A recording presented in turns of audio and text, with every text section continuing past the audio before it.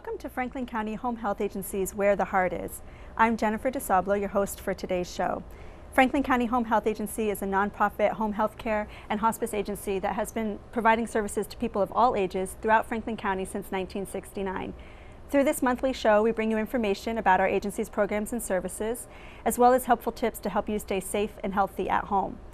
Today we'll be talking about one of the agency's programs, the Hospice Program, and I have a few members from the Hospice team with me here today.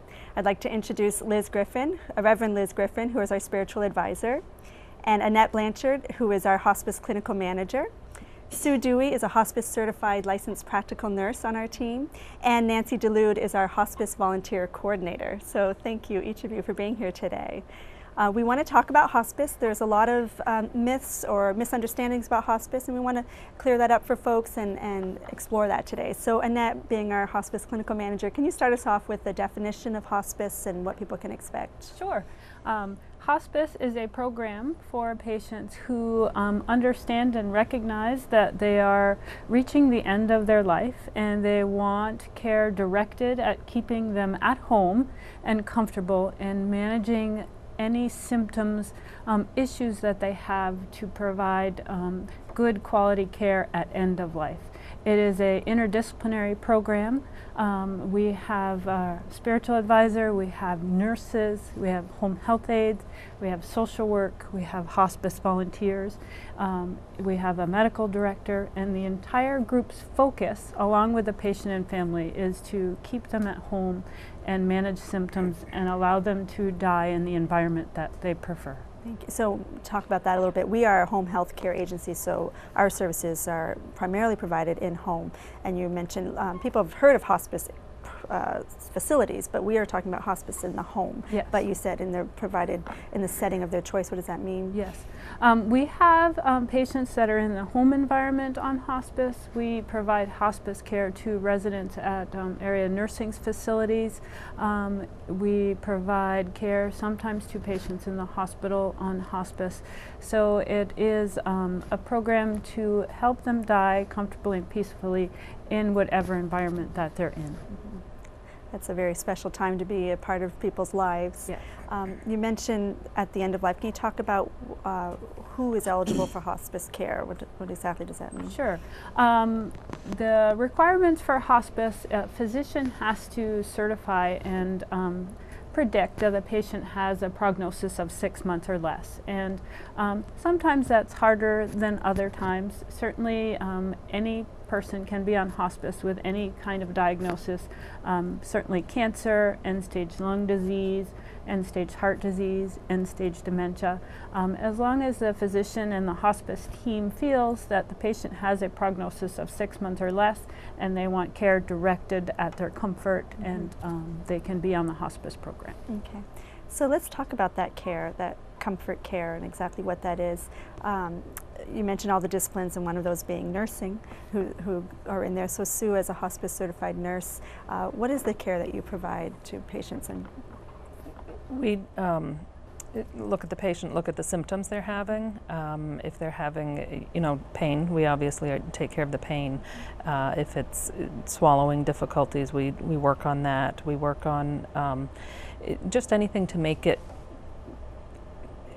easy to be at home. Mm-hmm. We use a lot of our knowledge from past experience, from hospital care and that type of thing, that we can set things up with the family, mm-hmm.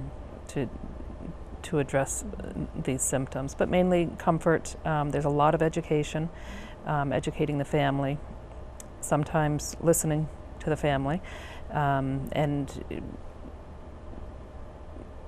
just making sure that all of their last days are comfortable. Mm-hmm, mm-hmm. Let's talk about we obviously are there to serve the patient, mm-hmm. but in hospice it's a whole picture, the family. Can we talk about family involvement?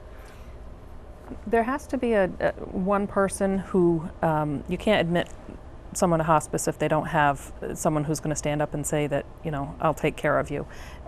It's not, we don't have 24-hour coverage. The nurse is available 24 hours, but not there 24 hours. And I think a lot of people don't understand that. They think once I'm on hospice, I'll have a nurse there, through the night and I can sleep okay. No, you need to have someone who's responsible and willing to take that role. And you're doing a lot of teaching, because that person goes from being a spouse to a caregiver, or a child to a caregiver. And some people have a hard time with that transition, and for others it's very easy, very, this is the way it's going to be. And we do a lot of work with the families on teaching them how to provide the care and making sure that they have medications in the home and they're prepared, and then they're comfortable providing that care to someone at end of life. And it's a team effort.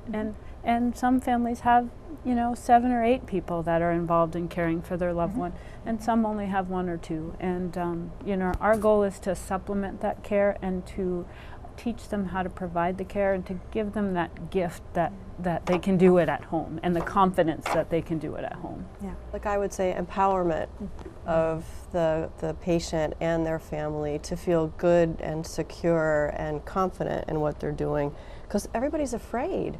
That's a scary time. We haven't been exposed as a society to that much death and dying in a family setting, and so people are really nervous. But when you have the team saying, yes, you can do it, we're there to support you, we're going to show you, whether it's 1 time or 10 times, how to do that transfer, or how to change it depends, and give them the confidence that they need. People do really well, and they say, oh, I never could have done this without you, but we're just there to be the support, and they can do it. It's a really good point. And you are there. You said you're not there 24 hours physically, but we are available by phone. Right. Is that correct? 24 hours, 7 days a week, somebody on the hospice team could be called? Yes. It's someone on the home health team. On the home health team, yep, Yes. someone's available, okay. And then we also have Nancy volunteers, hospice, talk about hospice volunteers. So people generally are very nervous about having new people come into the home. I mean, it's a very intimate, very special, very difficult time in someone's life. And so we want to reassure families when we're offering volunteers that they are trained, they're supported, they're supervised, and we do background checks. They're considered staff members of our agency, so they go through a 30-hour intensive training on all the different components of end-of-life care. And then, like I said, they're constantly supervised and supported. There's always a nurse back at the agency to give them any advice or help that they would need. So currently we have 36 volunteers, and they're all spectrums of life from, very in their 20s, I think, into their 70s. We have people that are retired, people that work, moms, dads, teachers, retired nurses. So it really brings a nice collaboration of different personalities and gifts and talents. And primarily they provide companionship and respite, but they could help people to go out, take a ride, write cards, take pictures. We can feed people if appropriate, help them to get around if appropriate. It's all based on safety and what is good and safe for the client and for the volunteer. So it's a wonderful program. And we encourage all of our clients and families to utilize that special group of people. So a family can request a volunteer when they're on the hospice program? Yes, they can, and we encourage them to do that. They don't have to make a decision that very first day for admission. Just like the rest of the plan of care, it's fluid. It's always moving, and it's always accommodating the special needs of the clients and their families. So maybe they don't want one today, but they might want one tomorrow or next week. So generally, they would go in from anywhere from 1 to 5 days a week, maybe an hour or 2 or 3 hours.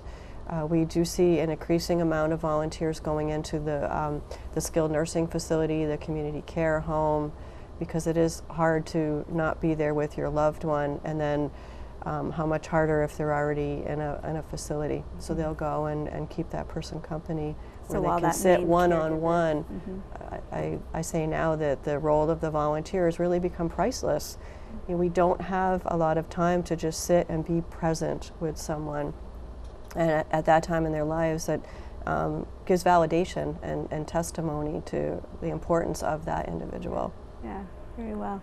And they do a long training, as you mentioned, and Reverend Griffin, you do some of that training as well. Yeah, Have you been involved? Yep. Talk about your role as a spiritual advisor. One, what you do in the training, how you help volunteers understand the spiritual aspect, and then what you do for families as part of their care. Well, I participate in the volunteer training on 2 different levels. The first time as part of a team, we all go in together and introduce ourselves and talk about how we are a part of the hospice program. The second part is we talk about what it means to be, quote unquote, a spiritual advisor for someone who is terminally ill in their family. And it's not what I'm doing, it's what people ask me to do. I am available for people to meet their spiritual needs. Many people have their own pastors, have their own clergy people who are involved in their lives, but people don't. And so I'm available for people who either don't have their own clergy person or would prefer to speak to someone who they don't know, who has a distance from their own family life. And what do we talk about? We can talk about anything, from the weather to, well, I got a terminal diagnosis. Does that mean I'm going to die in 6 months? And then 6 months comes and they say, well, gee, I'm not dead yet. And so we talk a lot about what it means to be dying. Yeah. Do you reflect on your life? How do you present yourself to your family? Will it hurt? Is God mad at me? All those sorts of strange array of questions and concerns arrive. And I see my role as simply to listen to people's concerns and find ways to address them in a spiritual and theological context that's appropriate for the particular individual. Some people have very profound faiths, and some people vaguely have an understanding of what their faith might be. And so it's a matter of speaking to that need and trying to find a way to help people find peace, whether it means saying goodbye to someone or saying I'm sorry or saying thank you. It's very amorphous. There's no script. You have to be willing to understand what people's needs are. Yeah. And the other thing is that sometimes I talk to people's families as well. Children sometimes, or spouses. Why is this happening? Why does she have to suffer? Why does he have to suffer? And sometimes these questions have no answers, but they need to be discussed. And then sometimes I'm just there. And that's all that's important too. Yeah. What a comfort, what a gift that you can give. It is a gift, yeah. And it's a gift to receive, to be with people. And I always tell people that it's unfortunate, but sometimes I only meet people at the end of their life, and that's kind of, at least I've met them a little bit. Yeah. You know. Yeah. So we matter. There's a quote in hospice and a lot of the literature all the time that you matter to the last moments of your life. So that really brings validation. And what makes me sad is that people think that if they, and I don't know where this comes from, but people often think, well, gee, if I'm on hospice, that means I'm going to die in 6 months. That means I'll be dying in April, you know. And people have this notion that it's a death knell, and it isn't. A hospice is not telling you you're going to die now. Hospice is a way of community coming together to support each other at a time of need. In a natural part of our life. In a natural way. I mean, this is what life is about, folks. And I think you raise a good point in that it is not a script, and that each person and family has a unique process that happens. Their disease process kind of goes along with what happens, but we are there to provide support and to help them on the journey and to prepare them for what to comes, but it's an individualized process, and that's what's so important about hospice is we are there for them to help them along their journey. That's right. It's not a script, it's not this happens, this. No, there's no preconceived plan that you're going to go in and follow. You have to very much be willing to be flexible and open to whatever happens. Every person's unique and respond experience. To the person's needs. And sometimes that response means that they don't want me there, and that's okay too. Good. Yeah. Let's talk about, you mentioned that the timing when they say here's 6 months or something. So what are the importance of getting on hospice early? What is early, and you know, what does that mean as far as some people come on later in their prognosis? Can you talk about that aspect of timing? You know, dying is a journey that we all have to take, and we live in a society where medical care is getting more and more technology advanced, and so patients are living longer with whatever disease that they have. Sometimes it's very difficult to know and recognize when you're approaching the end of your life. And it is our hope that families and loved ones and patients can start having those conversations earlier and start thinking about the goals for the end of their life. Where do they want to die? Do they want hospice? And you know, most people, if you ask them, will say that they want to die at home, yet hospice utilization is very low in the state of Vermont. So our goal is to try to get patients and families to start having these conversations and recognizing that their disease is approaching end of life and that they are appropriate for hospice, and start understanding that at some point medically you can only do so much, and now it's time to focus on quality and comfort and support to the family. But I think this conversation has to start long before somebody's sick, and that's the problem. Yes. People don't want to do this. I remember, and I speak anecdotally, my father-in-law was sick, his wife was getting sick, and he said, this is what we have to do, and he had the courage to take all the steps necessary to prepare him and his wife for their end. And very few people want to do that. They don't want to look at it and face it and say, we need to plan this. And having an advance directive is the way to begin. Absolutely. Because it gets you start thinking about it. Absolutely. And we have a program that we offer to our community and to agencies in our community called Start the Conversation, which is exactly what you're saying. We need to start that conversation early. We could all have that conversation with our families so that you're talking about it early, and when that time comes, it's less scary and more questions might be answered ahead. So folks, certainly, I'm sure you've been involved and know you've done some training on that, and going out there and letting people know, here are the questions you should be asking, talking about with your family, and just get it started. Absolutely. Talk a little bit, we haven't talked about hospice care beyond death, what the hospice program offers to families and or to families after death.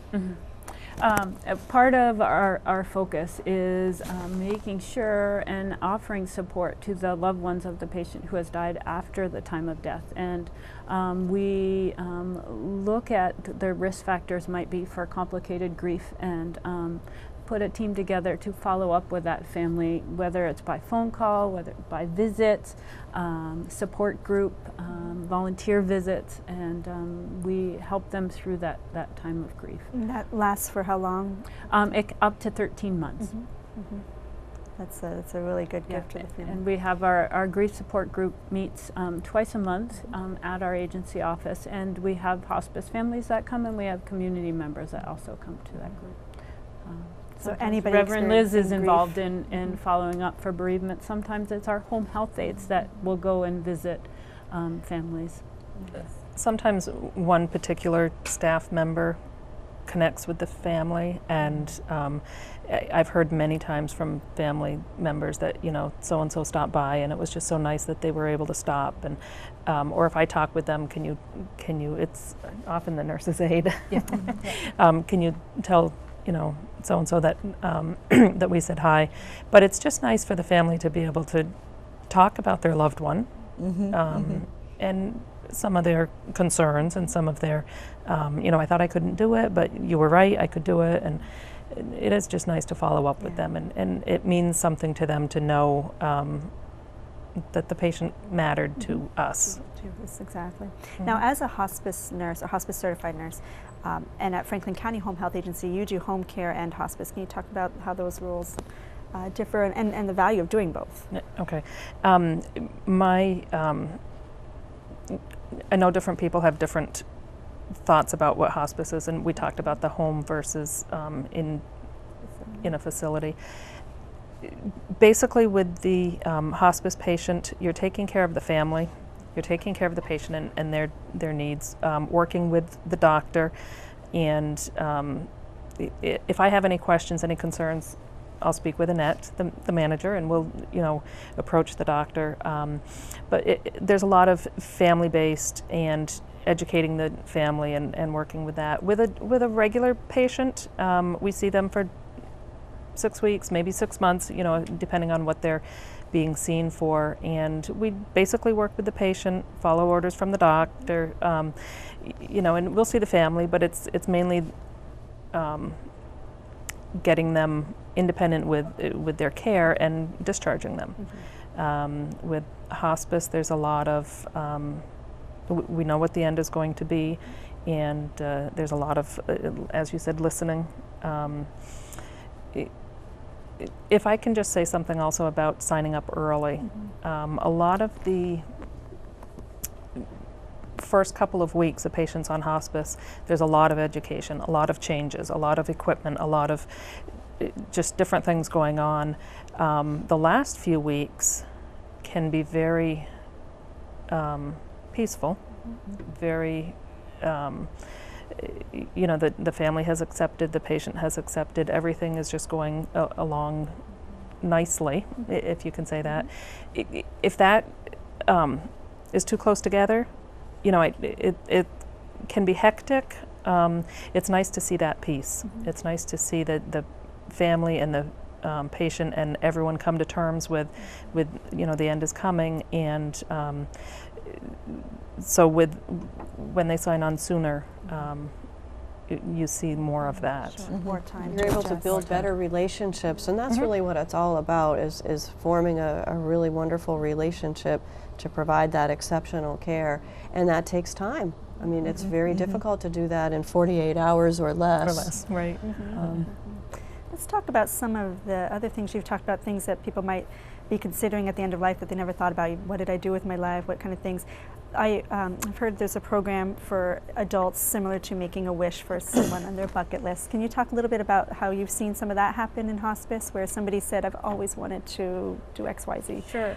And our social workers play a big part in this. You know, their focus is talking to patients and their families about life experiences and what haven't you done that you'd like to do, and who would you like to be here and isn't here. And we've utilized the Dream Foundation to get family members who wouldn't necessarily have the funds to come to Vermont to be with a person at end of life, to make that happen. We recently had a patient that all he wanted to do was go to a NASCAR race and meet his favorite driver, and didn't have the resources to make that happen. And our social worker worked with him and worked with the Dream Foundation and made it happen. And he went to the races for the weekend, and he got to meet his favorite driver and talk to him about his life experiences. In fact, they shared us, you know, a little bit of a story of the driver's parent who had died. So it was a wonderful experience for the patient and his wife.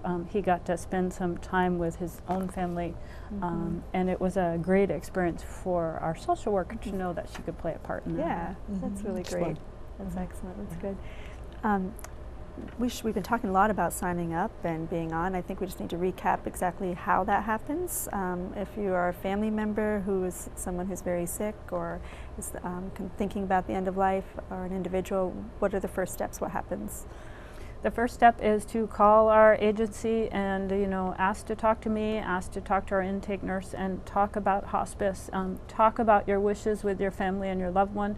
Certainly we need the physician to give us an order for a hospice, but the physician does not have to be the one to start that process. So we get calls all the time from families and loved ones. Good.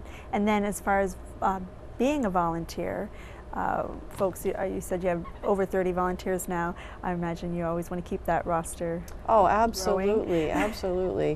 We want to be able to have a really good pool to match the best personalities and interests and things like that. So we'll be having our next volunteer training next spring. It will likely start in April. Anybody that might be interested can either call the agency and ask to speak to me, or email me through the agency, and would love to have people attend. Wonderful. And if you are a hospice volunteer, what could you be someone who works full time? Who are you? Oh, you did mention the absolutely. types of volunteers, Yes. but what kind of hours you're willing to give? And I say up to 8 hours a month would be great. I mean, with the type of program that we have, it's sort of fluid because it's all on patient what they need. But if there's a time when we don't have a patient visit for someone to see, they can also help with fundraising activities to promote hospice and our agency. They can help out with administrative duties, help with printings, mailings, things like that. So there's a variety of things that a volunteer can do. We just had a wonderful group of volunteers come together to help with our Blue Jean Ball which has been There's wonderful. invaluable support. Yes. That's great. Yes. Good. And then I want to thank you all for the work that you do in hospice, of course. Everybody brings some expertise at a different level. We have a wonderful team, as you mentioned, the interdisciplinary team of all the different caregiving that we offer at Home Health, from social work to home health aides to nursing. So thank you all for that. And then Sue, I want to congratulate you because you recently, in the past year, received hospice certification. So as a nurse, our nurses can do home care and hospice, but the hospice certification is another level of expertise. Can you tell us a little bit about that and what it entails? Okay, so hospice is something I've always had an interest in, and some people are more comfortable with it than others.